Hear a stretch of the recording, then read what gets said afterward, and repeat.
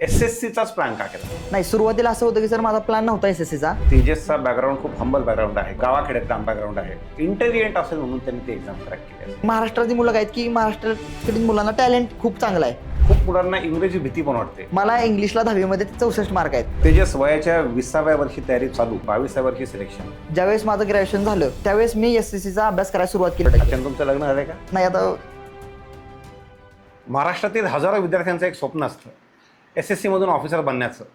पण अनेक जण प्रिपरेशन सुरू करण्याआधीच थांबतात.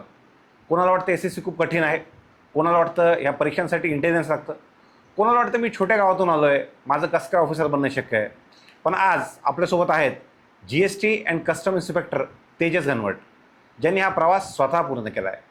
आजच्या पॉडकास्टमध्ये ते सांगणार आहेत एसएससी क्रॅक करण्यासाठीची रिअल स्ट्रॅटेजी, प्रिपरेशनचे वेगवेगळे टर्निंग पॉईंट, आस्पायरंटच्या कॉमन मिस्टेक्स आणि ऑफिसर माइंडसेट कसं करायचं. जर तुमचंही स्वप्न एसएससीमधून ऑफिसर बनायचं असेल तर हा पॉडकास्ट तुमच्यासाठी आहे. त्यामुळे शेवटपर्यंत बघा. कदाचित हा व्हिडिओ तुमच्या लाईफचा टर्निंग व्हिडिओ असू शकतो. धन्यवाद. सर्वप्रथम आपल्या आजच्या पॉडकास्टमध्ये मनापासून स्वागत आहे. आता तेजस, तुम्हाला एवढे हजारो एसएससी ॲस्पिरंट पाहत आहेत, तर सगळ्यात पहिल्यांदा आपण स्टार्ट करूयात की तुमचं एज्युकेशनल बॅकग्राऊंड, फॅमिली बॅकग्राऊंड काय होतं? नमस्कार सर.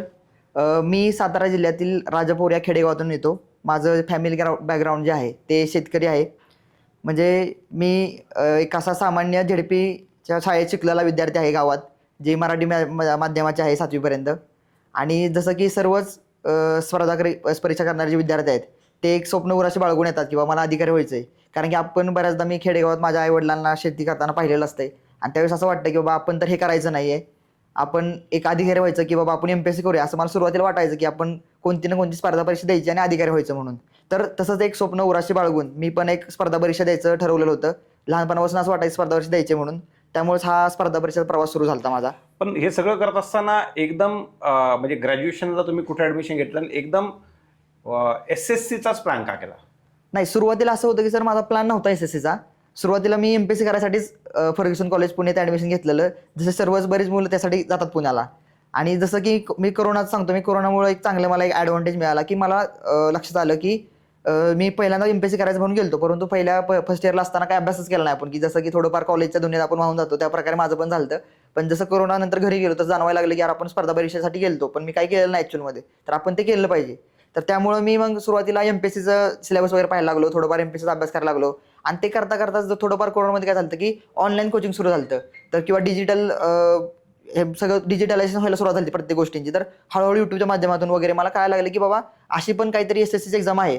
प्लस माझा सौरभ मर्डेकर नावाचा मित्र आहे, तो पण थोडाफार स्पर्धा परीक्षा द्यायचा, तर त्यानं मला एसएससीचं एक्झाम थोडंफार सांगितलं, GDचं CDS एक्झाम जास्त कंबाईंड डिफेन्सची, तर तेच सांगितलं. त्यानंतर FCAT एक्झाम सांगितलं.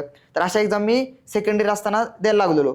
आणि सगळ्यात मेन असं होतं की मला मॅथ्स आणि रिझनिंग खूप आवडायचं. कारण लहानपणी 7वीपर्यंत 34 स्कॉलरशिप 7वी स्कॉलरशिप असायची, RTNMS असायची. तर ते जे स्पर्धा परीक्षेचं बाळकड होतं ते आम्हाला माझ्या झेडपीतल्या शिक्षकांनी आधीच पाजलेलं होतं. तर मॅथ्स आणि रिझनिंग आवडायचं, म्हणजे स्पर्धा परीक्षा आवड तर होतीच आधीपासून. फक्त असं झालं की बाबा मी MPSC करायला गेलो तर मला सब्जेक्टिव्ह येणार किंवा ऑब्जेक्टिव्ह, किंवा म्हणजे मला ते वाचायला लागलं थोडंफार हिस्ट्री, भूगोल, इतिहास काय असेल ते. पण मला जेव्हा मी SSCचं बघायला लागलो FCAT CDS, त्यावेळेस मला जाणवलं की मला इथं जे मला इंटरेस्ट आहे ज्या गोष्टीमध्ये मॅथ्स आणि रिझनिंग, त्या गोष्टी मला इझिली मॅथ करू शकतो. तर मी परत निर्णय माझा चेंज केला बाबा मी MPSC करण्यापेक्षा. आणि त्यावेळेस असं झालं की MPSCचं सब्जेक्टिव्ह होणार होतं ऑब्जेक्टिव्ह पासून, तर ते मला जमलं नसतं. मला असं वाटलं की बऱ्याच मुलांनी त्यांचं जर निश्चित करायचे कोणती एक्झाम द्यायची तर त्यांनी डिसिजन घेतला पाहिजे की मला काय जमल काय नाही. बरेच मुलं काय करतात की बाबा सर्वजण करतायत किंवा एखादा घोळका तिकडं जातोय स्पर्धा परीक्षा करायला, MPSC करतोय किंवा कंबाईन करतोय, तर तुम्ही तिकडे जाऊ नका. तुमची क्षमता ओळखा, तुम्ही काय करू शकता, काय जमेल तुम्हाला, त्यानुसार तुम्ही स्पर्धा परीक्षा निवडा. जर कुणाला मॅथ्स आवडत असेल तर तुम्ही ह्या सीजन एक्झाम देऊ शकता. बरोबर आहे. पण ह्याच्यामध्ये कसं होतं की जसं तुम्ही त्या 2-3 एक्झामपैकी एक ठरवलं, इकडं SSCच्या बाबतीत ठरवत असताना विद्यार्थ्यांना एक प्रॉब्लेम असतो की त्यांना ठरवायच्या आधीच एक तास सांगितलं जातं की नाही SSC एक्झाम खूप अवघड आहे, ती तुमच्याच्यानं होणारच नाही. तर किंवा निकालाला वेळ लागतो, जो की आता खूप कमी झालेला आहे असं पाहिलं जातं. तर साधारणतः ह्या गोष्टीची भीती विद्यार्थ्यांनी कशी दूर करायची? नाही, SSC सर एक्झाम अवघड आहे असं मुलं असं यासाठी म्हणतात. मला असं वाटतं की कारण आपल्या महाराष्ट्रातील मुलांना थोडीफार इंग्लिशची भीती आहे, मॅथ्स आणि इंग्लिशची भीती आहे. बऱ्याच वेळा असं होतं की मी मुलांना म्हणतो का करत नाही, तर ते असं म्हणतात की मला जमत नाही, इंग्लिश जमत नाही किंवा मॅथ्स अवघड वाटतं. परंतु जर तुम्ही पाहायला गेलं तर नोटिफिकेशनमध्ये जर तुम्ही सिलेबस बघितलं त्यामध्ये इलिमेंटरी मॅथमॅटिक्स दिलेलं आहे त्यांनी, इंग्लिश सुद्धा 10वीपर्यंत दिलेलं आहे. म्हणजे त्यात काय अवघड असणार, 10वीचं जर मुलाला देत असेल तर ग्रॅज्युएशन झाल्यामुळे ते आलं पाहिजे. तर त्यामुळे तुम्ही जर प्रॅक्टिस केली चांगली किंवा अभ्यास केला, चांगली कोचिंग केली, तर तुम्ही 100% ते तुम्ही ओव्हरकम करू शकता, जी की मुलांची भीती असते. तर SSC एक्झाम ही अवघड नाहीये, परंतु ती एवढी पण सोपी नाही की तुम्ही त्याला लाईटली घेऊ शकता. राईट. जसं तुम्ही सांगितलं तसं एखादी बँकेची परीक्षा असेल, IBPS, SBI, PO मेन, ती पास करायला 100 पैकी 35-40% ती पास होते फायनल हां. एक्झाम. या ठिकाणी 390 पैकी विद्यार्थ्यांना 350 Yes, 350 बरोबर. मार्कापर्यंत तर कट ऑफच सांगतो की परीक्षा सोपी होऊन सोपी होऊन.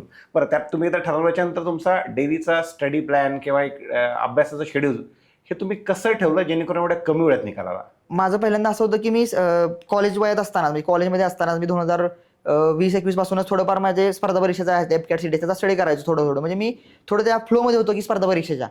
त्यानंतर जेव्हा माझं ग्रॅज्युएशन कंप्लीट झालं त्यावेळेस मी फुल टाइम SSCचा अभ्यास करायला सुरुवात केली. त्यामध्ये मी मॅथ्सचे लेक्चर करायचो, त्यानंतर रिझनिंगचे मॉक टेस्ट देणे, इंग्लिशचं वोकॅब वगैरे वाचणे, ग्रामरचे लेक्चर करणे, GS वाचणे. तर ह्या सगळ्या माझ्या शेड्यूलमध्ये असायचं. तर माझं शेड्यूल जर पाहायला गेलं तर एक सिंपल शेड्यूल होतं. रात्री 11 वाजता झोपणे, 11:30ला, सकाळी 7:30 पर्यंत उठणे, त्यानंतर लायब्ररीला जाणे, लायब्ररीला गेल्यानंतर सकाळच्या जर जो फ्रेश टाइम असतो त्यामुळे मला इंग्लिश आवड वाटायचं. तर त्यामध्ये मी काय करायचो की ग्रामर वाचायचो किंवा वोकॅब्युलरी वाचायचो. त्यानंतर दुपारच्या टाईममध्ये झोपायची, तर मला मॅथ्स आवडायचं, तर मी त्यामध्ये अजून एक करायचो की इंग्लिशचा न्यूजपेपर वाचायचो. त्यानंतर दुपारनंतर मी मॅथ्स सोडवायचो. संध्याकाळी रिझनिंगची मॉक टेस्ट दिली, परत रात्री GS वाचलं. तर असं दिवसात एक मी शेड्यूल बनवलं होतं जे की माझ्यासाठी मी ते कम्फर्टेबल असेल, जे की ज्या मी इझिली ते करू शकतो त्यावर. म्हणजे प्रत्येक मुलांना काय केलं पाहिजे की प्रत्येकाचं शेड्यूल ठरवलं पाहिजे. सगळ्यांसाठी जर सेम सब्जेक्ट असणार आहे, फक्त तुम्हाला ते त्या वेळेमध्ये बसवायचं आहे तुम्हाला. त्यासोबत एक महत्त्वाची स्टडीसोबत महत्त्वाची गोष्ट येते ती म्हणजे बुक्सची, त्याच्यानंतर सोबत तुम्ही मॉक टेस्टची, एज्युकेटर किंवा ट्युटरची, तर साधारणतः त्या गोष्टींची निवड, बुक्स झालं किंवा मॉक टेस्ट झालं, तर ही तुम्ही कशी केली आणि विद्यार्थ्यांनी कशी केली पाहिजे असं वाटतं तुम्हाला? ज्यावेळेस मी प्रिपरेशन करायचो त्यावेळेस कसं आहे की आता ॲक्च्युअलीमध्ये असं झालं की ऑनलाईन कोचिंग खूप ट्रेंडिंगला आहे आता, की मुलं काय करतात की ऑफलाईनपेक्षा ऑनलाईनला जास्त प्राधान्य देतात. आणि मी पण असं म्हणेल की जर तुम्हाला ऑफलाईन शक्य नसेल, जर ऑफलाईन शक्य आहे तर तुम्ही इझिली तुम्ही राहता एका ठिकाणी कोचिंग घेताय तर ते इझी आहे की तुमचं इंटरेक्शन शिक्षणाबरोबर होतं पूर्ण. त्यावेळेस तुम्ही राहता एका ठिकाणी आणि जर तुम्हाला कोचिंग अवेलेबल असेल तर तुम्ही ते करू शकता, कारण की तुमचं जे इंटरॅक्शन आहे शिक्षकांसोबत ऑफलाईनला चांगलं होऊ शकतं. परंतु ज्याला नाही पॉसिबल, एखादा कोणतरी लांब राहतोय किंवा जॉब करतोय, तर त्यांना ऑनलाईन कोचिंग केलं तर चालेल. मग त्यावेळेस माझं असं होतं की मी ऑनलाईन कोचिंग केली होती. आणि पुस्तकांचं सांगायला गेलं तर मी खूप लिमिटेड पुस्तक वाचलेली होती, की समजा मॅथ्ससाठी थोडेफार PYQ पुस्तक असतील, त्यानंतर रिझनिंगसाठी पण PYQ पुस्तक घेतलेलं, मोस्टली रिझनिंगसाठी मी मॉक टेस्ट द्यायचो. त्यानंतर इंग्लिशसाठी वोकॅब्युलरीसाठी ब्लॅक बुक पुस्तक घेतलेलं समजा. त्यानंतर नीतू सिंग व्हॉल्यूम ग्रामरसाठी होतं माझ्याकडं. सेम PYQ पुस्तक होतं इंग्लिशसाठी पण. GS साठी मी लुसेंट GK हे पुस्तक प्रिपेअर केलेलं. तर अशा प्रकारे मी बुक लिस्ट माझी कमी होती, परंतु मी रिव्हिजन जास्त करायची त्याची. त्यानंतर माझ्या ओन स्वतःच्या नोट्स काढलेल्या होत्या, कुणाचे लेक्चर केले असतील जे मी पेड बॅचची, तर ते त्या नोट्स मी वाचायचो. म्हणजे तुम्ही असं नाही की प्रत्येक वेळेस तुमची बुक लिस्ट मोठी वाचली पाहिजे, लिमिटेड बुक लिस्टमध्ये पण तुम्ही करू शकता ही पास एक्झाम. मागच्या 2-1 वर्षापासून जेव्हापासून एक्झाम TCS कडून एडिक्विटीकडे गेली, तर झाल्यानंतर सुरुवातीला थोडासा गोंधळ झाला, पण नंतर तो जो पार्ट आहे तो आता बऱ्यापैकी सेटल होतोय. तर ओव्हरऑल काही विद्यार्थ्यांना ही भीती आहे की एक्झाम कंडक्टिंग एजन्सी TCS पासून एडिक्विटी आलेली आहे. तर ही भीती मुलांची तुम्ही कशी दूर कराल? जर आपण आता एडिक्युटीज तुम्ही म्हणताय, परंतु जर आपण SSCच्या पॉझिटिव्ह गोष्टीकडे बघायला गेलं तर 2022 नंतर जेव्हा मी सिलेक्ट झालो त्यावेळेस मला वाटतं SSCच्या सिजलच्या हिस्ट्रीतली सगळ्यात जास्त फास्ट जॉईनिंग झालेली होती. ते आम्हाला असं वाटलं की आमची फास्ट झाली. 23च्या वेळेस तर 6 महिन्याचं जॉईनिंग दिलेली त्यांनी, म्हणजे प्री पासून मेन्सपर्यंत म्हणजे जॉईनिंग होईपर्यंत 6 महिन्यामध्ये सगळं पूर्ण झालं. म्हणजे तुमची प्री मेन्स रिझल्ट लागले, डॉक्युमेंट व्हेरिफिकेशन झालं आणि 6 महिन्यामध्ये मुलं जॉईन झाली. 24ला पण सेम तसं झालं. 25ला पण मे बी आता तसंच काहीच होईल, थोडाफार लेट होईल कारण की एक्झाम थोडं एज्युकेटिव्हमुळे थोडं इश्यू झालेला. परंतु जर तसं ओव्हरऑल पाहायला गेलं, जसं की MPSC होतं 4 वर्षानंतर जॉईनिंग, 3 वर्षानंतर, SSC तर तसं अजिबात नाहीये. एका वर्षामध्ये तुमची इझिली जॉईनिंग होऊन जाते. आणि आता जर एडिक्युटीचा इश्यू पाहिला तुम्ही, तर त्यात पण असं झालं की ते होतं एक्झाम कंडक्ट करतायत, तर ते पण असं झालं की प्रीला थोडा गोंधळ झाला. आता मेन्सला त्यांनी स्ट्रीमलाईन केलं बऱ्यापैकी, त्यांनी आता बरेच चांगलं केलेलं आहे, म्हणजे काही बऱ्यापैकी सगळ्या एक्झाम स्ट्रीमलाईन करणार आहेत आणि करतील पण. काय की सुरुवातीला थोडाफार इश्यू झाला, परंतु आता नाही होणार. म्हणून त्या एका कारणावरून विद्यार्थ्यांनी असं नाही जज केलं पाहिजे की मी थोडाफार इथे एवढा वेळ लागतो किंवा काही इश्यू होतोय. MPSC बघायला गेलं तर तुम्ही MPSC देता एवढ्या वेळा, म्हणजे सगळेजण कंबाईन देतात, तिथं तर 4 वर्ष रिझल्ट लागत नाही, त्यात काय तुम्ही तिथं बोलत नाही ना. बरोबर. आता परीक्षा देणारे काही विद्यार्थी अंडर ग्रॅज्युएट्स असतील, काही लोक ग्रॅज्युएट्स असतील, काही लोक पोस्ट ग्रॅज्युएट असतील. एक ओव्हरऑल हे सगळं पाहता तुम्हाला काय वाटतं की तयारीसाठीचा योग्य वेळ सुरू करण्याचा कोणता आहे? 10वी नंतर, 12वी नंतर, ग्रॅज्युएशनच्या नंतर? आणि दुसरं म्हणजे एक अंदाजे किती वर्षाचं होरायझन समोर ठेवून विद्यार्थ्यांनी आपला वेळ साधारणतः त्या परीक्षांना दिला पाहिजे? बेस्ट टाइम जर सर तुम्ही म्हणायला गेला की कोणता आहे SSCची तयारी करण्यासाठी, तर मी असं सांगेल की ज्यावेळेस तुम्हाला स्वतःला वाटतं की तुम्ही आता मला ही एक्झाम द्यायची, म्हणजे तुमचं टार्गेट फिक्स आहे की मी हेच एक्झाम देणार आहे आणि मला हे एक्झाममधून ही पोस्ट मिळवायची आहे, भले तुम्ही ग्रॅज्युएशन सेकंड इयरला असा, थर्ड इयरला असा, किंवा तुमचं जस्ट आता ग्रॅज्युएशन झाले, तुम्हाला तयार करायचं आहे, डझंट मॅटर तुम्ही कधी स्टार्ट करताय. म्हणजे तुम्ही स्टार्ट कधी केल्याला महत्त्व नाही, तुम्ही कसं स्टार्ट केलं किंवा तुमचं एम काय आहे त्यानुसार तुम्ही स्टार्ट करा. मी तर असं म्हणेल की जर तुम्हाला ग्रॅज्युएशनमध्ये कळलं असेल तर तुम्ही म्हणजे तुम्ही खूप पुढे आहे सगळ्यांच्या, कारण की तुम्ही आधी 2 वर्ष आधीच तयारी करायला लागलाय आणि ग्रॅज्युएशन झाल्यानंतर तुम्ही जर एक्झाम देत असाल चांगला फुल प्रिपरेशननं तर तुम्ही इझिली पास होऊ शकता. त्यामुळे मी असं सांगेल मुलांना की तुम्हाला ज्यावेळेस समजलं की बाबा मी हे एक्झाम देतोय किंवा मला हा सिलेबस जमू शकतो आणि मी ह्यातली पोस्ट काढणार, त्या दिवसापासून तुम्ही एक्झाम प्रिपरेशन स्टार्ट करा. किती वेळाचं टार्गेट समोर ठेवून साधारणतः एक्झाम क्रॅक करता येतात? तसं बरेच काय होतं की बरेच मुलांना वाटतं की SSCL एक्झाम खूप इझी आहे म्हणून, की बाबा मी कसं झालं तर माझं 6 महिन्यामध्ये म्हणजे ग्रॅज्युएशन झालं मी पास झालो, तर मुलांना वाटलं की खूप इझी एक्झाम आहे. परंतु त्यामुळे माझं असं होतं की मी 2 वर्षापासून आधीपासून प्रिपेअर करत होतो प्रिपरेशन. असं नाही की मी 8 महिन्यात क्रॅक केली, तर मी आधीपासून प्रिपरेशन करायचो. आणि मी आता हे मुलांना सांगतो की तुम्ही 2 वर्षाचं तरी टार्गेट ठेवलं पाहिजे, 2-2.5 वर्ष. कारण की एक्झाम अशी पण नाही की सोपं आहे की तुम्ही इझिली थोडंफार स्टार्ट केला, 8-10 महिने तुमच्या प्रिपरेशनला गेले सिलेबस कंप्लीट करायला किंवा कोचिंग केली तुम्ही, आणि त्यानंतर तुम्ही डिरेक्टली पुढच्या 6 महिन्यात पास व्हाल, असं तर होऊ शकत नाही. तुम्ही त्यासाठी तुमचं एक टार्गेट ठेवा की 2-2.5 वर्ष मी 100% एक्झामला प्रामाणिकपणे देणार, आणि त्यानंतर तुम्ही फळाची अपेक्षा करा. आधी पहिले त्यासाठी तुम्हाला आधी कष्ट केले पाहिजे, थोडंफार तुम्ही स्वतःला दिला पाहिजे टाइम एक्झामसाठी. एक तर आपण पाहिलं की तेजसचा बॅकग्राऊंड खूप हंबल बॅकग्राऊंड आहे किंवा ZP शाळेपासून आहे, गावाखेड्यातला बॅकग्राऊंड आहे. मग विद्यार्थ्यांना दुसरा डाऊट असायचा की नाही, तो जरी बॅकग्राऊंड असेल तर तेजस इंटेलिजंट असेल म्हणून त्यांनी ती एक्झाम क्रॅक केली असेल, पण मी तर नाही आहे, तर माझ्याकडून ती एक्झाम होईल का? किंवा SSC क्रॅक करण्यासाठी इंटेलिजन्स हा क्रायटेरिया आहे का? सर ह्यामध्ये कसं आहे की एक तुम्ही जर पाहायला गेलं तर विद्यार्थ्यांना इंटेलेक्च्युअल असणं गरजेचं आहे, म्हणजे तुमच्याकडे ती तर पाहिजे क्षमता. परंतु असं नाही की तुमच्याकडे तुम्ही ते इंटेलेक्च्युअल नाही म्हणून तुम्ही करू शकत नाही.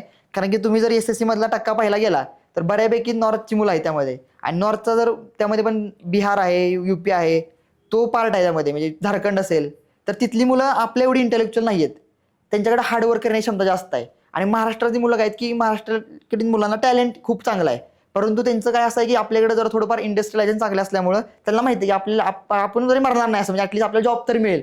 म्हणजे मी जर चांगली डिग्री घेतली, बऱ्यापैकी चांगली डिग्री असली माझ्याकडे इंजिनिअरिंगची वगैरे चांगली, तर मी एखाद्या ठिकाणी तरी 15-20-25-30 हजार पगार करू शकणार आहे. म्हणजे आपल्याकडं काही ना काही आहे. तसं त्या मुलांसाठी काय आहे की त्यांना माहिती आहे की आपण हे नाही केलं तर आपल्याला काहीच करणार तिकडे ना, कारण की त्यांच्याकडं इंडस्ट्रियलायझेशन पण नाही आहे किंवा जॉबची संख्या पण कमी आहे. तर त्यांच्याकडे काय आहे की त्यांच्याकडे टॅलेंट कमी आहे. म्हणजे मुलांना जर असं वाटत असेल की माझ्याकडे टॅलेंट कमी आहे तर मी करू शकत नाही, तर असं काही नाही. तुमच्याकडे जर हार्डवर्क करण्याची क्षमता जर असेल तर तुम्ही 100% ही एक्झाम क्रॅक करू शकता. कारण की बऱ्याचदा असं म्हणलं जातं की hard work beats talent when talent doesn't work. म्हणजे ते तसं काम नॉर्थची मुलं करतात म्हणून त्यांचं सिलेक्शन जास्त आहे. त्यांच्याकडं टॅलेंट नाहीये पण ती गाडवासारखं करत राहणार, रट्टा मारणार, एखाद्या गोष्टीचं नाही जमत आहे तर करत राहणार ते. सोबतच मला ते प्रूव्ह करून सांगताना अजून एक सांगावं वाटेल की आपण जेव्हा कन्याकुमारीपासून काश्मीरपर्यंत जातो तर इंग्रजीची जी लेवल आहे ती कमी होत जाते. साऊथच्या स्टेटची चांगली, मग वर जाईपर्यंत ती कमी होती. तर इंग्रजी खूप मुलांना इंग्रजी भीती पण वाटते. मग जर खरंच इंग्रजी भीती असेल तर मग खालून वरपर्यंत जाताना इंग्रजी लेवल कमी होत जाते, तरी पण UP बिहारची मुलं जास्त पास होतात. तर मग अशा केसमध्ये आपल्या विद्यार्थ्यांना सुरू करताना इंग्रजीची भीती खूप असते. साधारणतः ती भीती त्या मुलांनी घालवली आहे UP बिहारच्या. आपल्या मुलांनी ती भीती कशी घालवायची? सर इंग्लिशची भीती आहे फक्त, म्हणजे त्याचा बबल आहे की बाबा मला इंग्लिशची भीती आहे म्हणून. म्हणजे जर मी प्रत्येक वेळेस सांगतो की मला इंग्लिशला 10वीमध्ये 64 मार्क आहेत, म्हणजे मला इंग्लिशची एवढी भीती वाटायची की मलाही जमत नव्हतं. म्हणजे प्रामाणिकपणे सांगतो की मी सिजल आधी म्हटलेलं सुरुवातीला जेव्हा बघितलं सेकंड इयरला तर मी म्हटलं सिजल नाही करायचं, कारण की मेन्सला 200 मार्काच्या वेळेस इंग्लिश पेपर होता. परंतु मला असं वाटायचं की इंग्लिश आपण करू शकतो ओव्हरकम. मला पण भीती वाटायची इंग्लिशची, प्रामाणिक सांगतो मला पण भीती होती. परंतु मी असं म्हणतो की मी जर इंग्लिशमध्ये चांगले मार्क पाडू शकतो तर कोणी करू शकतो, कारण की इंग्लिशला भ्यायचं नाही. जर तुम्हाला असं वाटत असेल इंग्लिश मला येत नाही तर तुम्ही कोचिंग आहे इंग्लिशची, चांगल्या ठिकाणी ग्रामरचे लेक्चर करा, चांगल्या शिक्षणाकडून तुम्ही ओकॅब डेली वाचा, तुम्ही डेली इंग्लिश रीडिंग सुरू करा. सगळ्यात बेस्ट ऑप्शन आहे इंग्लिश सुधारण्यासाठी की तुम्ही डेली तुमचा कॉम्प्रिहेन्शन पार्ट सुधारायचा असेल तर तुम्हाला डेली इंग्लिश रीडिंग 1 तास तरी झालं पाहिजे. नवीन शब्द वाचा, नवीन शब्द शिका, ते लिहून काढा, त्याचा वाक्यात कसा उपयोग करायचा हे शिका, तरच तुम्ही इंग्लिशची भीती ओव्हरकम करू शकता. अदरवाईज इंग्लिशला जर भीत राहिली ना मुलं तर मग ते SSC कडे वळणार नाही. त्यांचं म्हणजे आपल्याकडे मुलांचं कारण आहे की तुम्ही इंग्लिशला भेटतात, परंतु इंग्लिश खूप सोपं आहे. म्हणजे 10वी पर्यंत इंग्लिश आहे ते. जर वरची नॉर्थची मुलं करत असतील रट्टा मारतो आपणही करू शकतो. थोडंफार हार्डवर्क करण्याची गरज आहे त्यामध्ये, अदरवाईज तुम्ही इंग्लिशला चांगलं मार्क मिळवू शकता. ऑफिसर बनण्याचं स्वप्न भरपूर लोकांना वाटतं की आपण बनलं पाहिजे. इनफॅक्ट असे पॉडकास्ट पाहिल्यानंतर खूप लोकांना वाटतं की मी ही एक्झाम दिली पाहिजे, मी क्रॅक केली पाहिजे. पण त्याचा दुसरा टप्पा आहे तो प्रिपरेशनचा. तो खूप विद्यार्थी त्या पद्धतीने करत नाहीत किंवा प्रिपरेशन व्हावं तर सगळ्यांना वाटतं पण अभ्यास नकोसा वाटतो. तर ओव्हरऑल हा गॅप कसा भरून काढायचा? जर ना अभ्यास जर करायचं म्हटलं म्हणजे तुम्हाला एखाद्या गोष्टीपर्यंत पोहोचायचं आहे, म्हणजे एखादं तुमचं डेस्टिनेशन फिक्स आहे, तर तिथपर्यंत तुम्हाला प्रवास करणं हे गरजेचं आहे. म्हणजे सगळ्यात महत्त्वाचं इथं प्रवास असणार. डेस्टिनेशन तर खूप जण पाहतात तिथं पोहोचायचे, पण खूप कमी जण तिथपर्यंत पोहोचतात. कारण की बऱ्याचदा असं होतं की चालत असताना काही जण भरकटतात किंवा काही जण वाटतं की आता बास झालं म्हणून, म्हणजे कोणीतरी तिथं थांबतंय बाबा, स्टॉप घेते. परंतु जेव्हा तुम्ही एखाद्या स्पर्धा परीक्षेचा अभ्यास करताय त्यावेळेस सगळ्यात मेन आहे तुम्ही काय करताय म्हणून. जर तुमचं जर वाय फिक्स असेल तर तुम्ही ते कसं करायचं किंवा कसं हवं तर ते तुम्हाला ते जमू शकतं इझिली. तर मला हे सांगायचं की तुम्ही स्वतःला मोटिवेट ठेवा त्या गोष्टीमध्ये. जर तुम्हाला एखादी गोष्ट करायची आहे तर तुम्ही त्यावेळेस तुम्हाला स्वतःला मोटिवेट ठेवलं पाहिजे. बऱ्याच जणांना असं वाटतं की बरेच मुलं विचारतात, मलाही बऱ्याच तुम्हाला विचार असतील किंवा सर मला नाही होतंय बाबा ते एखादी गोष्ट, मी कसं मोटिवेट करू स्वतःला. तर तू स्वतःपेक्षा म्हणजे तू स्वतःला समजून सांगितलं पाहिजे की मी कसं मोटिवेट करू. तुझ्या आई वडिलांकडेच बघ ना. मी जे सांगतो मी आई वडिलांना माझ्या कष्ट करताना बघितले, माझ्या आई वडिलांना मी कसं काय हळूहळू शेतीमधून मोठं होतात ते बघितलंय. तर माझ्या आई वडील माझ्यासाठी मोटिवेशन होतं त्या काळामध्ये. अगदी बरोबर तर मला ते आहे. वाटायचं कशा प्रकारे काय करत असतात. तर त्यासाठी मी आता रिसेंटली वाक्य वाचलेलं होतं की चूल फुंकून संसार उभा केलेल्या आईच्या लेकरानं कुणा आयऱ्या करायचं मागं आयुष्य फुंकायचं नसतं. जर तुम्हाला हे आयुष्य फुंकायचंच आहे तर तुम्ही स्पर्धा परीक्षेच्या मायाजाळामध्ये उतरा, तिथं ते आयुष्य फुंका, अभ्यास करा आणि आयुष्याचं जे पानं उलटायचे आहेत पलटायचे आहेत तर तिथं तुम्ही फुंकर मारा पानं उलटवण्यासाठी. उगाच असं कुठेही कुठंतरी टवारगिरी करण्यात किंवा कॉलेजमध्ये कुठेतरी काहीतरी वेगळंच करत बसलाय, आई वडील पैसे पाठवतात तुला राहण्यासाठी हॉस्टेलला, तर तू दुसरीकडेच कुठेतरी काहीतरी करत बसलाय वेगळं, ज्यातून की बाबा प्रोडक्टिव्हिटी नाही आहे काही. म्हणजे तुमचं जे चांगलं वय आहे की ग्रॅज्युएशन करणार आहे तुम्ही, तर त्या ग्रॅज्युएशनच्या वयामध्ये तुम्ही चांगला प्रामाणिकपणे अभ्यास केला पाहिजे असं मला वाटतं. अदरवाईज काय होतं की तुम्ही भरकडणारच आहे. तुम्हाला सांगायला कोण नसणार आहे की त्या वयात की बाबा काय करायचं काय नाही. तुमचे मित्र बघा कसे आहेत, चांगल्या मित्रांसोबत राहा तरच तुम्ही त्या फ्लोमध्ये राहाल. अदरवाईज तुम्हाला वाटेमधून बाहेर पडायला खूप सारे मार्ग आहेत. म्हणजे तुम्हाला जर चांगलं शिकायचं असेल तर खूप डिसिप्लिन राहावं लागतं. एकदम तुम्ही जर सांगितलं तसंच पाठीमागे मी एका इंटरव्ह्यू बघितला होता किंवा आमचे मित्र होते जे डेप्युटी कलेक्टर झाले होते. तर त्यांनी सांगितलं की माझं BAMS होतं आणि माझ्यासोबतच्या लोकांचं MBBS होतं. तर शेवटपर्यंत आम्हाला ते हिनवलं यायचं. आमच्यासाठी तो एक सगळ्यात महत्त्वाचा प्लॅटफॉर्म होता ती म्हणजे त्यांनी दिलेली MPSCची परीक्षा. त्या परीक्षेच्या नंतर त्या लोकांना MBBS झालेल्या लोकांना मला मागे ठेवण्याचा, मला नाव ठेवण्याचा चान्सच नाही. कारण की आता त्या एका परीक्षेने आम्ही सगळेजण एका लेवलला येऊन गेलो. तर जसं एक पिक्चरमध्ये डायलॉग सुद्धा की मौका सबको मिळता है. येस.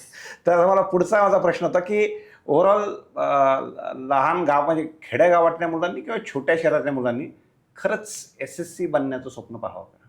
100% पाहावं. कारण की आता मी ज्या ऑफिसमध्ये आहे त्या ऑफिसला बरीच नॉर्थची मुलं आहेत आणि सर एक मी पाहिलंय की बरेच मुलं ही मिडियम म्हणजे आपण म्हणतो ना की मिडल क्लास फॅमिलीत आहेत मुलं. म्हणजे माझ्यासारखीच मुलं मोस्टली मुलं तसे आहेत. 70-80% मुलं अशी आहेत की मिडल क्लास फॅमिली आहेत, त्यांचं बॅकग्राऊंड खूप साधं आहे आणि ती मुलं सुद्धा छोट्या छोट्या गावात येणार आहेत. तर 100% खेडेगावात राहणाऱ्या मुलांना SSC CGL मधून एक ऑफिसर बनण्याचं किंवा SSC ऑफिसर बनण्याचं स्वप्न हे पाहिलंच पाहिजे. कारण की खेडेगावातल्या मुलाकडे ती क्षमता आहे.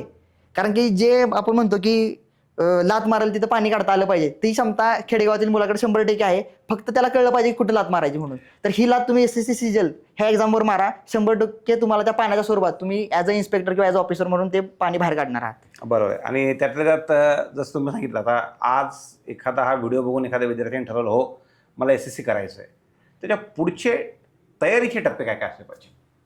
आज म्हणजे बरेच मुलं पाहतात की बाबा मी सांगतो मोटिवेशन एक क्षणिक असतं आणि जी तुमची डिसिप्लिन कन्सिस्टन्सी आहे ती तुमची निरंतर चालणार अगदी आहे. बरोबर. तर तुम्ही व्हिडिओ पाहून नक्कीच मोटिवेट व्हा किंवा तुम्ही व्हिडिओ पाहून माझ्याकडून घ्या किंवा मी 100% ही वर्दी घालून कधीतरी मी इथं बसेल इंटरव्ह्यू देईल.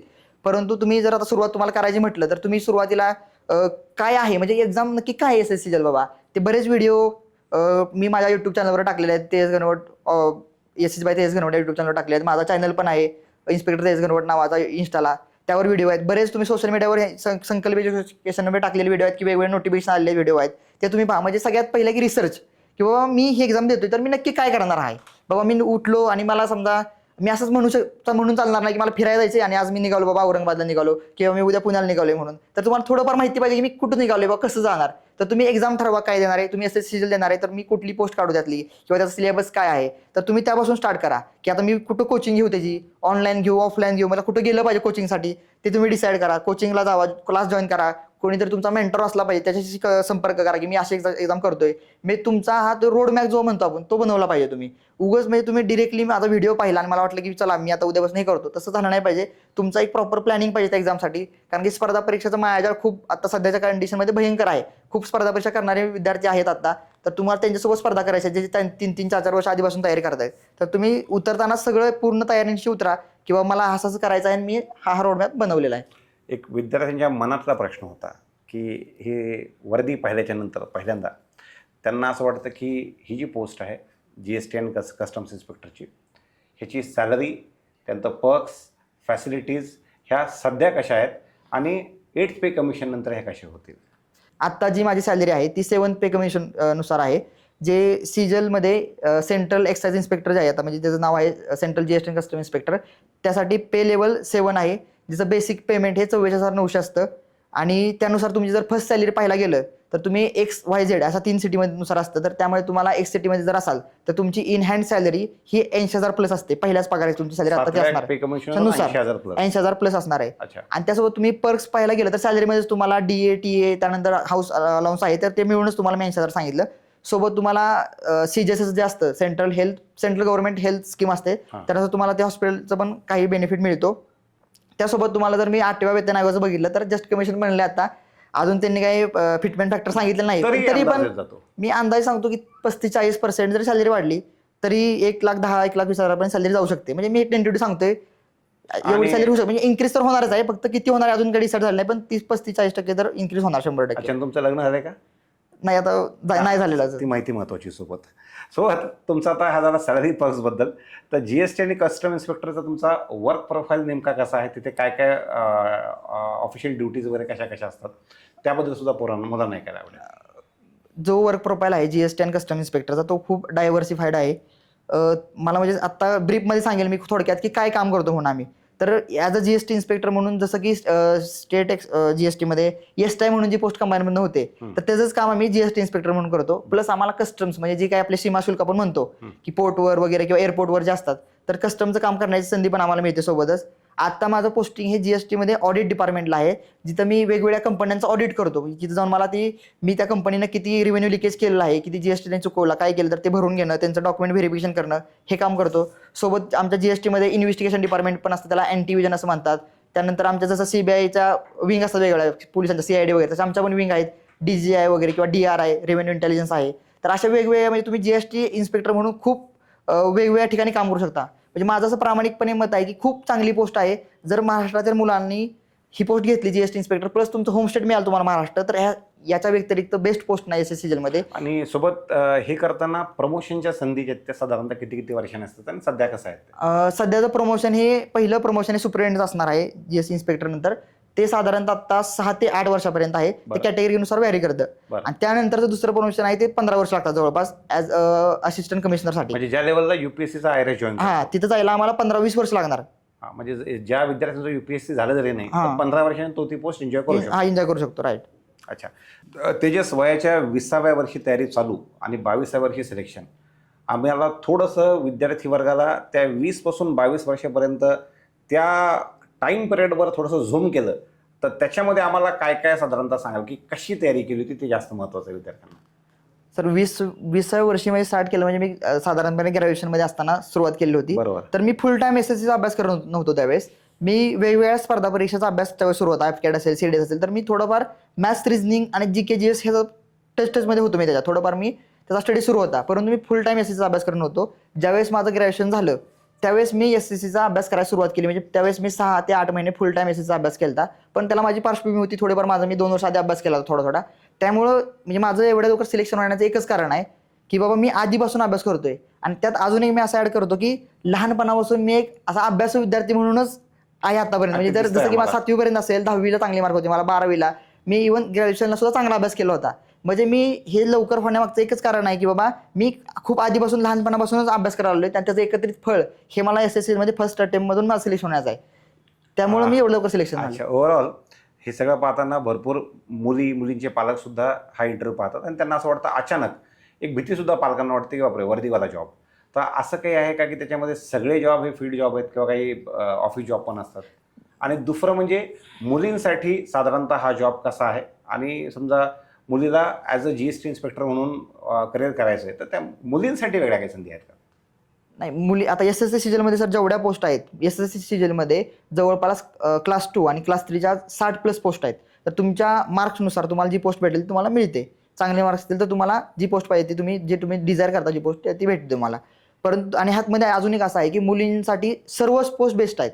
म्हणजे थोड्याफार सर CBI, ED, NIA आणि NCB त्या पोस्ट सोडल्या CBN वाल्या, तर 100% मुलींसाठी सुटेबल आहेत. त्यामध्ये तुम्हाला फॅमिली लाईफ बॅलन्स पण आहे किंवा असं फील्ड वर्क नाही आहे. आणि जर मी माझ्या पोस्ट सांगायचं गेलं जीएसटी इन्स्पेक्टर, तर वर्दी जरी तुम्हाला दिसत असेल तर पोलिसांसारखा अजिबात वर्कलोड नाही यामध्ये. 24/7 तुम्हाला जॉब करायचं नाहीये. सॅटर्डे संडे सुट्टी असते तुम्हाला आणि वर्दी ही खूप कमी टाइम तुम्हाला घालावी लागते. बऱ्यापैकी कुठं थोडी इन्व्हेस्टिगेशन जर असाल तुम्ही त्या विंगला तर तिथं थोडंसं ताण असतो. पण अदरवाईज असं काही नाही की मुलींना करू शकणार नाहीत असं वर्क नाही यामध्ये. मुलींसाठी खूप कम्फर्टेबल आहे आणि मुलींनी नक्की यावं. आणि एसएससी मध्ये मुलींची संख्या तर खूप कमी आहे. एक तर मराठी कमी आहेत, म्हणजे मराठी मुलंच कमी आहेत इथं आणि मुली तर देतच नाहीत. तर मुलींनी जास्तीत जास्त दिले पाहिजे, कारण की मुलींसाठी तर फॉर्म भरायला फीच नाहीये. फॉर्मची सुद्धा फीस नाही सोबत एकदम बरोबर आहे ते. त्याच्याशिवाय ओव्हरऑल अभ्यास झाल्याच्या नंतर ज्या वेळेला आपल्याला माहिती की परीक्षा खूप सोपी आहे, आता 390 पैकी विद्यार्थ्यांना मार्क घेताना 300+ लागतात, 350+ लागतात, depending on post to post. तर हे सगळं करताना तो जो आपल्याला शेवटच्या टप्प्यात मार्क वाढवायचे असतात त्या सगळ्यात महत्त्वाची गोष्ट आहे ती म्हणजे मॉक टेस्टची. तर ओव्हरऑल मॉक टेस्ट कोणत्या अटेम्प्ट कराव्यात, त्याचं ॲनालिसिस कसं करावं त्याबद्दल थोडंसं डिटेलमध्ये सांगा. जेव्हा तुमचा मी सांगतो बोलला ना की जेव्हा तुमचा 70% सिलेबस कंप्लीट होईल त्यावेळेस तुम्ही मॉक टेस्ट द्यायला सुरुवात करा. रिझनिंगसाठी तर आधीपासून देत असतात.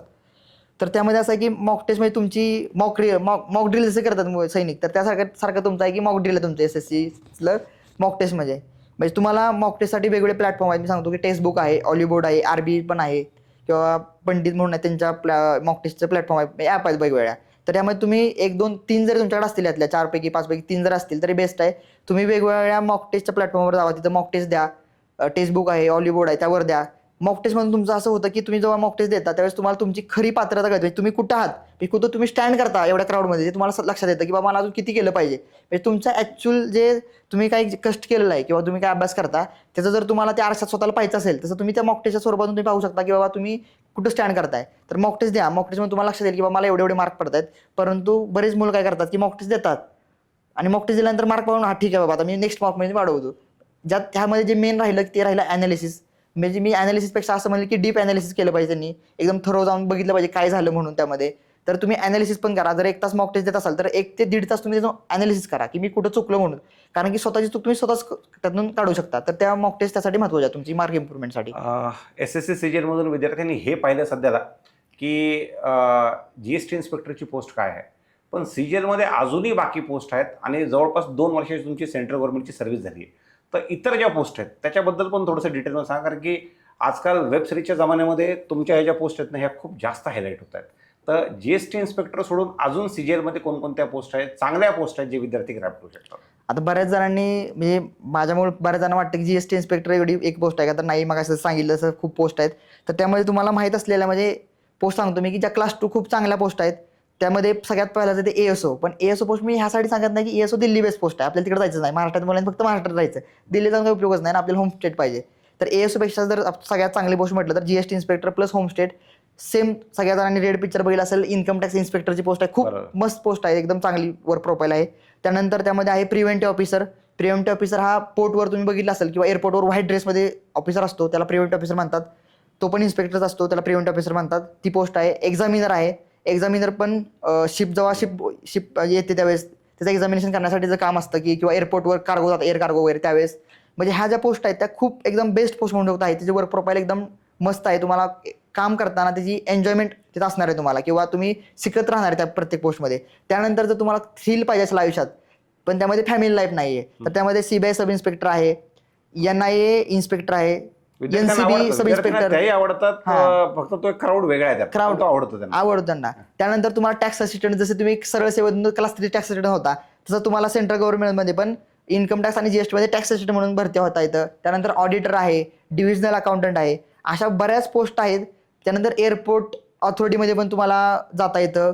त्यानंतर तुम्हाला इलेक्शन कमिशनमध्ये पण एक पोस्ट आहे, तिथं पण जाता येतं. पासपोर्टमध्ये फॉरेन अफेअर्स. हां. त्यानंतर तुम्हाला ईडी मध्ये आहे एईओ, असिस्टंट एन्फोर्समेंट ऑफिसर. तर अशा बऱ्याच वेगवेगळ्या मिनिस्ट्रीमध्ये तुम्हाला क्लास 2 किंवा क्लास 3 अधिकारी म्हणून एंट्री मारता येते किंवा तुम्हाला तिथं याचं पोस्ट होल्डर म्हणून जाता येतं. तर अशा बऱ्याच पोस्ट आहेत. आता सोबत हा इंटरव्ह्यू पाहणारे विद्यार्थी असे असतील जे आधीपासून तयारी करतात आणि ते करत असताना आता पुढची ह्या वर्षीची सीजीएल देताना किंवा नेक्स्ट इयरची सीजीएल पाहताना त्यांनी कोणकोणत्या मिस्टेक टाळल्या पाहिजे जेणेकरून सिलेक्शनला सोपं जाईल त्यांना? सगळ्यात जर जे आधीपासून तयारी करत असणारे विद्यार्थी आहेत किंवा रिपीटर्स म्हणून आपण त्याला त्यांनी 1-2 अटेम्प्ट दिलेले आहेत तर त्यांनी काय करावं की आता ज्या ज्या चुका आधी झालेल्या आहेत त्यांच्या किंवा मॉक टेस्ट देत असताना जर सिली मिस्टेक त्यांच्या काय की सिलेबस कंप्लीट आहे सर, त्यांना फक्त तिथं सिली मिस्टेक किंवा एखादा क्वेश्चन आठवत नसेल त्याचं रिव्हिजन करणं किंवा सिली मिस्टेक अवॉइड करणं. जर सिली मिस्टेक अवॉइड करण्यासाठी काय करावं लागेल, मॉक टेस्ट द्यावी लागेल, तरच तुम्ही त्यातून चुका शोधाल किंवा सिली मिस्टेक कसं कमी करायच्या हे समजू शकतं त्यांना. किंवा जो सेक्शन एखाद्या चॅप्टर आहे किंवा एखादा सेक्शन आहे त्यांचा की मॅथ्स इंग्लिश किंवा काहीतरी असेल, इंग्लिश वीक जात असेल तर इंग्लिश तुम्ही परत रिव्हिजन करा, परत तुम्ही लेक्चर्स बघा, तुमच्या नोट्स वाचा आणि चुकांमधून शिका. म्हणजे ज्यांची रिपीटर आहे त्यांना काही की नवीन काय शिकण्याची गरज नाही, जे केले ते अजून चांगल्या पद्धतीने करा किंवा त्याचे रिव्हिजन करा, त्याचीच प्रॅक्टिस तुम्ही केली पाहिजे. आणि सगळ्यात महत्त्वाचं म्हणजे कन्सिस्टंट राहा, स्वतः डिसिप्लिन राहा की रोज तुम्ही ते गोष्ट केली पाहिजे तुमची, तरच तुम्ही ज्यावेळेस तुम्ही आता अटेम्प्ट द्या पुढचा त्यावेळेस तुम्ही पास होऊ शकता. अदरवाईज सेम चुका जर रिपीट केलं तर मग परत तसंच होणार आहे जे आधी झालं. माझा अजून एक डाऊट होता की आता हे संभाजीनगर वगळता आपण इतर शहरांमध्ये मी पहिल्यांदा एक काम करत असतो की कुठे गेलं की तिथल्या अभ्यासिकेत फिरत असतो परमिशन घेऊन. अभ्यासिके ज्यावेळेस आपण स्टार्टिंगपासून एंडपर्यंत विद्यार्थी कोणतं पुस्तक वाचतोय किंवा काय काय त्यानं समोर कोणते पुस्तक ठेवलेले आहेत किंवा व्हिडिओ पाहत असेल तर कोणते व्हिडिओ पाहतोय, मॉक टेस्ट असेल तर कोणत्या मॉक टेस्ट देतोय. दुर्दैवानं मला कोणत्याही शहरामध्ये इतर शहरांमध्ये जेव्हा जातो तेव्हा पूर्ण अभ्यासिकेमध्ये मिळाला तर एखादा मला SSCचा मुलगा मिळतो. आता सोशली ज्यावेळेस त्याला इतर परीक्षांची तयारी करणारा मुलगा आहे त्याला खूप सोपं जातं बाजूला विचारणं, बाजूच्या सोबत बसून कुठं कुठं चुका होतात त्या सांगण्यामध्ये. तर अशा एकटेपणा असलेल्या मुलांना आता तो बाकी टेलिग्रामनं बाकी ग्रुपसोबत कनेक्टेड असेल, पण ह्या मुलांनी स्वतःला मोटिवेटेड कसं ठेवायचं आपली तयारी करत असताना. जेव्हा तुम्ही एखादी स्पर्धा परीक्षा चूज करताय किंवा SSC जेल, तर मी जेव्हा तयार करायला लागलो त्यावेळेस सेम जसं सांगितलं तुम्ही की माझ्या आजूबाजूला कोण नव्हतंच की ज्याच्यासोबत मी डिस्कस करत होतो की मी माझी चूक ही झाली की आम्ही 1-2 माझा मित्र होता सोबत, फक्त आम्ही दोघं एकमेकांना सांगायचो. तसं बाकी MPSC करणाऱ्या मुलांना काय असतं की पूर्ण स्टडी ग्रुप त्यांचा असतो, स्टडी ग्रुप करतात एकत्र किंवा काय चूक झाली काय नाही. तर SSC शेअर करण्यासाठी माझं असं आहे की तुम्हाला ऑनलाईनला युट्यूबवर खूप सारे प्लॅटफॉर्म अवेलेबल आहेत. माझा स्वतःचा युट्यूब चॅनल आहे ड्रीम SSC बाय तेज घनवट, त्यानंतर माझा स्वतःचा इन्स्टा चॅनल आहे, त्यावर तुम्ही डाऊट विचारू शकता किंवा संकल्प सारखे एज्युकेशन सारखे क्लास जे आहेत ते एक्सक्लुझिव्हली SSC साठी तयार करून घेतात. तुम्ही त्यांच्याशी डिरेक्टली कॉन्टॅक्ट करू शकता, त्यांचे चांगले शिक्षक आहेत, फॅकल्टी आहे, त्यांना तुम्ही विचारा. म्हणजे जे सिलेक्टेड झालेले आहेत किंवा जे तळमळीनं मराठी मुलं ही SSC मध्ये यावीत यासाठी प्रयत्न करतात त्यांना तुम्ही विचारा, तुम्हाला 100% सोल्युशन मिळेल. आणि सर काय आहे की त्यामध्ये तुम्हाला जर एखादी गोष्ट करायचीच असेल ना, तुम्हाला कुठूनही वाढ मिळते. असं नाही काय की तुमच्या शेजारी एखादी व्यक्ती असली पाहिजे. तुम्ही आता असं झालं की डिजिटलमुळे खूप व्हर्च्युअल सगळं झालेलं आहे, तर तुम्ही कॉल करू शकता किंवा तुम्ही व्हिडिओ पाहू शकता एखाद्याचं कसं स्वतःला मोटिवेट सेल्फ ठेवायचं किंवा काय झालं समजा थोडंफार वाटलं की डाऊन वाटलं तर कसं तुम्ही त्याला झालं पाहिजे, तर ते तुम्ही त्या सोशल मीडियावर पाहू शकता. नक्कीच. SSCची तयारी करत असताना विद्यार्थ्यांचा एक महत्त्वाचा प्रश्न असतो की मला महाराष्ट्रात पोस्टिंग मिळेल का. आता त्यातल्या त्यात आम्ही असं ऐकलं की मुंबईचं महाराष्ट्राचं tax collection, income tax collection हे 40% मोर दॅन 40% आहे. एवढं मोठं नेटवर्क महाराष्ट्रामध्ये आहे. त्यांची 3 मंडळं मुंबई, नागपूर, पुणे, महाराष्ट्र आहेत. तुम्ही सुद्धा पुण्यामध्ये GST इन्स्पेक्टर आहात. तर विद्यार्थ्यांच्या मनातला हा जो डाऊट आहे की मला महाराष्ट्राच्या बाहेर जावं लागेल का, तर त्याबद्दल तुम्ही काय सांगाल. SSC मध्ये एक असं आहे की तुम्ही जी पोस्ट सिलेक्ट करता त्यावेळेस त्यानंतर तुम्हाला प्रेफरन्स भेटतो. जर तुमची रँक चांगली असेल तर तुम्हाला महाराष्ट्रातील मुलांना 90% चान्स असा असतो की तुम्ही कोणती इरिस्पेक्टिव्ह तुमची रँक तुम्हाला महाराष्ट्रात भेटणार आहे. कारण की सगळ्यात जास्त वॅकन्सी महाराष्ट्राला असतात दरवर्षी, आणि मोस्टली असं होतं की नॉर्थची मुलांना जास्त चांगली रँक असते, तर ती मुलं पहिल्यांदा नॉर्थचं जे असतं त्यांचं पोस्टिंग असते ते प्रिपेअर करतात. त्यानंतर लास्टला साऊथचे पहिलं स्टेट असते महाराष्ट्र. तर महाराष्ट्रातील मुलांना 100% तुम्हाला जर चांगली रँक असेल, बऱ्यापैकी जरी रँक असेल चांगली, तरी तुम्हाला महाराष्ट्र स्टेट भेटणार आहे. त्यामुळे त्याची भीती बाळगू नका की बाबा मला महाराष्ट्र भेटेल का नाही. तुम्ही जर चांगली तयारी केली, चांगली तुमची रँक आली, मार्क असतील, तर तुम्हाला 100% महाराष्ट्र भेटणार आहे. आणि सोबत कसं होतं की पोर्ट आपल्याला लागून असल्यामुळं JNPT आपलं सगळ्यात मोठं पोर्ट आहे, त्याच्याशिवाय वाढवण नावाचं मोठं पोर्ट तयार होतं आहे. तर अशा ठिकाणी ह्या नंबर ऑफ पोस्टिंग जे आहेत हे निश्चितच भविष्यामध्ये वाढतील. हो, वाढणार. आणि शेवटी अजून एक प्रश्न माझा असा होता की ओव्हरऑल आता पॉडकास्टच्या शेवटी विद्यार्थ्यांना एक चेकलिस्ट म्हणून तुम्ही काय काय सजेशन द्याल की हे करा, हे करू नका, हे टाळा, हे करा, ह्या पद्धतीने तुम्ही काय काय सांगाल. चेकलिस्ट सांगायचं झालं तर SSC तयार करणाऱ्या विद्यार्थ्यांनी एक तर तुम्ही SSC तयार करताय तर तुमचं एम फिक्स असलं पाहिजे की मी हीच एक्झाम देणार आहे. सोबत तुम्ही MPSC कंबाईन किंवा बँकिंगची तयारी करायला जाऊ नका. तुम्ही स्पेसिफिकली त्याच एक्झामची तयारी करा, जेणेकरून तुम्हाला कुठं तुम्ही वायबल होणार नाही किंवा तुम्हाला असं जंबल होणार नाही की नक्की काय करू किंवा एका दगडावरून दुसऱ्या दगडावर. दुसरी गोष्ट म्हणजे तुम्ही अभ्यास करत असताना पूर्णपणे कॉन्सन्ट्रेशननं डेली कन्सिस्टन्सी ठेवा, डिसिप्लिन राहा, स्वतःची प्रामाणिक राहा. रोज रात्री झोपताना एक फक्त स्वतःशी बोला तुम्ही की बाबा मी आज दिवसभरात जे काही माझ्यासाठी दिलेलं आहे ते मी चांगलं केलं का म्हणून. तुमची इफिशियन्सी दिवसभर अभ्यास करण्याची ही खूप चांगली असली पाहिजे, 90%च्या वर असली पाहिजे. 10 तास बसताय तर तुम्ही ॲटलिस्ट 8 ते 9 तास तरी त्यातली स्वतःला चांगल्या पद्धतीने दिलेले पाहिजेत. तिसरी गोष्ट म्हणजे अशी की अभ्यास करत असताना तुम्ही लायब्ररीला जाताय तर लायब्ररीमध्ये तुमच्या डेस्क समोर एक तुमचं टार्गेट ठेवा की तुम्हाला ज्या रोज गोष्टी लागणार आहेत ते लिहून ठेवा की मी हे करणारच म्हणून. म्हणजे तुमचं टार्गेट रोज तुम्हाला दिसलं पाहिजे समोर.